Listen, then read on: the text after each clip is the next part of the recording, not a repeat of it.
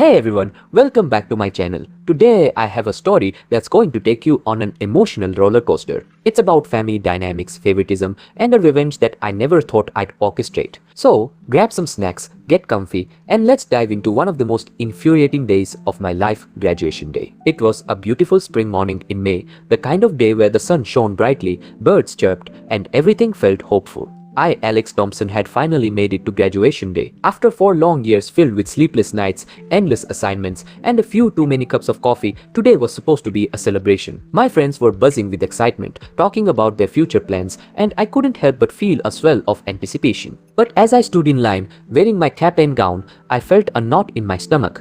My family dynamics had always been complicated, and today wouldn't be any different. Let me give you some context about my family. I have a twin brother, Jake. He's always been the golden child, the one who could do no wrong in my parents' eyes. Charming, athletic, and effortlessly popular, he was the star of every family gathering.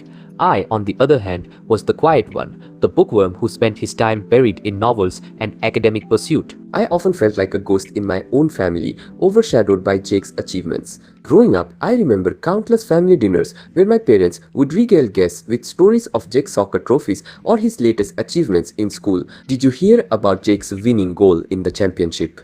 They'd ask, eyes sparkling with pride. Meanwhile, my own accomplishments, like winning a regional debate competition, were often met with polite nods and quick transitions to Jake's latest triumph. My childhood was filled with moments that reinforced this narrative. When I was in middle school, I had worked tirelessly on a science project that won first place at the county fair. I had been ecstatic, rushing home to share the news, only to find my parents deep in conversation about Jake's latest soccer game. "That's nice, Alex," my mom had said absent-mindedly, barely glancing at my project. "Jake scored a hat trick. Isn't that amazing?" As I stood next to my friends, taking photos in my cap and gown, I glanced over at my parents. They were whispering excitedly to Jake, their faces alight with pride. It stung more than I expected, but I shoved the feeling down. The ceremony began, and as I walked across the stage to receive my diploma, I could hear the cheers from the audience. My friends were ecstatic, and I tried to soak in the moment, but the gnawing feeling in the pit of my stomach wouldn't go away. I turned to find my family in the crowd, and they were clapping. Yes, but my gaze landed on Jake, who stood next to them, grinning as if he had just won the lottery. After the ceremony, we gathered outside for the typical photo ops. My parents couldn't stop raving about Jake's latest soccer championship, how he'd scored the winning goal in the finals. "We're so proud of you, Jake," they exclaimed. "We can't wait to celebrate you later." I stood there feeling like a ghost in my own life. It felt like a punch in the gut. I tried to smile for the camera, but deep down I felt invisible. As we made our way to the parking lot, I noticed a crowd gathered around a shiny red sports car. My heart sank. It was a graduation gift for Jake, a brand new car, gleaming in the sunlight, complete with a massive red bow. My parents were practically glowing with pride, their eyes shining as they recounted how hard Jake had worked. "Isn't it amazing, Alex?" my mom said, her voice dripping with excitement. "We thought it was only fair to reward Jake for all his hard work." Inside, I felt a storm brewing. What about me? I wanted to scream, but the words were lodged in my throat. All the sacrifices I had made, the late night studying, the hours spent on projects, it all felt meaningless. Then came the moment that shattered my spirit. My dad reached into his jacket pocket and pulled out an envelope, handing it to me with a forced smile.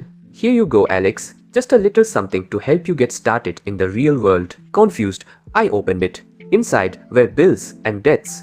My student loans, credit card statements, and a note that read, "We're doing our best to be fair." I felt the world spin around me. My parents thought this was fair. While Jake got a car, I was handed a financial burden. I glanced at Jake, who was beaming as he climbed into his new ride, completely oblivious to my turmoil. That evening, as I sat in my room, the envelope of bills still in my hands, I felt a fire ignite within me. I couldn't let this slide. I needed to expose the truth about my parents' favoritism. This wasn't just about a car, it was about years of feeling overlooked and devalued. I began to gather evidence. I dug through old family photos, searching for moments that illustrated the disparity between how my parents treated Jake and how they treated me. I found pictures of Jake's soccer games where my parents were front and center, holding banners and cheering loudly. In contrast, I found a photo from my own academic award ceremony where I'd been the only one without a parent in attendance, my trophy sitting alone on the table. I even reached out to family friends who had witnessed this favoritism over the years. I asked them to share their thoughts, and many were shocked when I told them my story. I always thought it was just you being quiet. One friend said, "I had no idea you felt that way." As I pieced together the video, I felt a sense of empowerment. I was finally reclaiming my narrative. I wanted my parents to see the pain their favoritism had caused me, and I hoped that by exposing it, I could spur some much-needed change. I decided to take a more direct approach as well. I invited my parents to sit down for a family meeting a few days later. When they arrived, I could see they were still riding high off Jake's new car and the attention he was getting from everyone. I needed to bring them back to reality. "Mom, Dad, I want to talk about something important." I started, my heart racing. "It's about how you treat Jake and me differently." My parents exchanged glances, and I could see the tension in the room. I pressed on, listing specific examples: the soccer trophies, the absence at my awards, the way they lit up when Jake achieved something while barely acknowledging my own accomplishments. "I feel like I'm invisible in this family," I said, my voice wavering. "All I've ever wanted is for you to see me." On the day of my family's graduation celebration, my heart raced with a mix of excitement and anxiety. I knew I had to confront them. I gathered everyone in the living room where my parents were still basking in the glory of their golden child. "Hey everyone, I put together something I'd like to share," I said, my voice steady despite the turmoil inside. I pressed play on my video and the room fell silent, the only sound being the soft whir of the projector. As the montage unfolded, I watched my parents' expressions shift from joy to confusion, then to horror. I highlighted every instance where they chose Jake over me, every time they dismissed my achievements, and moments when they belittled my passions. The video included clips from family gatherings, snippets of conversations, and testimonials from friends and relatives.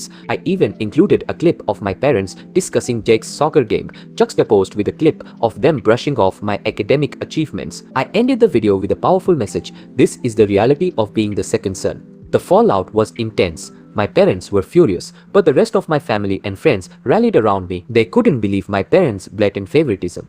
My mom tried to defend herself, claiming she never intended to hurt me, but the damage was done. Jake, on the other hand, felt the weight of the revelation. Initially, he was angry, but as he watched the video, his expression changed. "I had no idea, Alex." "I'm sorry," he said, his voice breaking. We ended up having a long conversation about our childhood, and for the first time, I felt seen. It was a pivotal moment that brought us closer. In the following weeks, my parents began to process what had happened. They apologized sincerely, promising to work on being more equitable moving forward. They even began attending my events, trying to engage with my academic pursuits. I could see the remorse in their eyes, and though it wouldn't erase the past, it was a step in the right direction. As the days turned into weeks, the tension in our household began to dissipate. My parents made an effort to involve me in conversations, asking about my interests and plans. They even attended a local writing event where I was showcasing some of my articles. It felt surreal to have them genuinely interested in my life for the first time. Jake and I grew closer too. We started collaborating on projects, combining his sports insights with my writing. We decided to create a blog that discussed issues related to sports and education, focusing on how both could coexist and thrive together. Fast forward a few months, and the family dynamics had shifted significantly. My parents were trying their best to balance their attention between Jake and me. However, old habits die hard. One day, I overheard my parents discussing Jake's upcoming soccer scholarship. My heart sank as they gushed over him, planning a celebration without mentioning anything about my achievements. That evening, I decided I needed to speak up again. "Mom, Dad, can we talk?" I said, trying to keep my voice steady. They looked at me, surprised but willing. "I want to share my accomplishments too. I'm proud of him, but I need you to be proud of me as well." My mom looked at me, her expression softening. "You're right, Alex. We've made an effort, but we still have a long way to go. We're still learning." Jake chimed in, "I'll do better too, Alex. I never meant to overshadow you." That conversation marked another turning point. It was a reminder that while the past had hurt, the future could be different if we were willing to put in the effort. Thank you for listening, everyone. If you've ever faced favoritism or felt overlooked, remember your voice matters. Don't be afraid to speak out.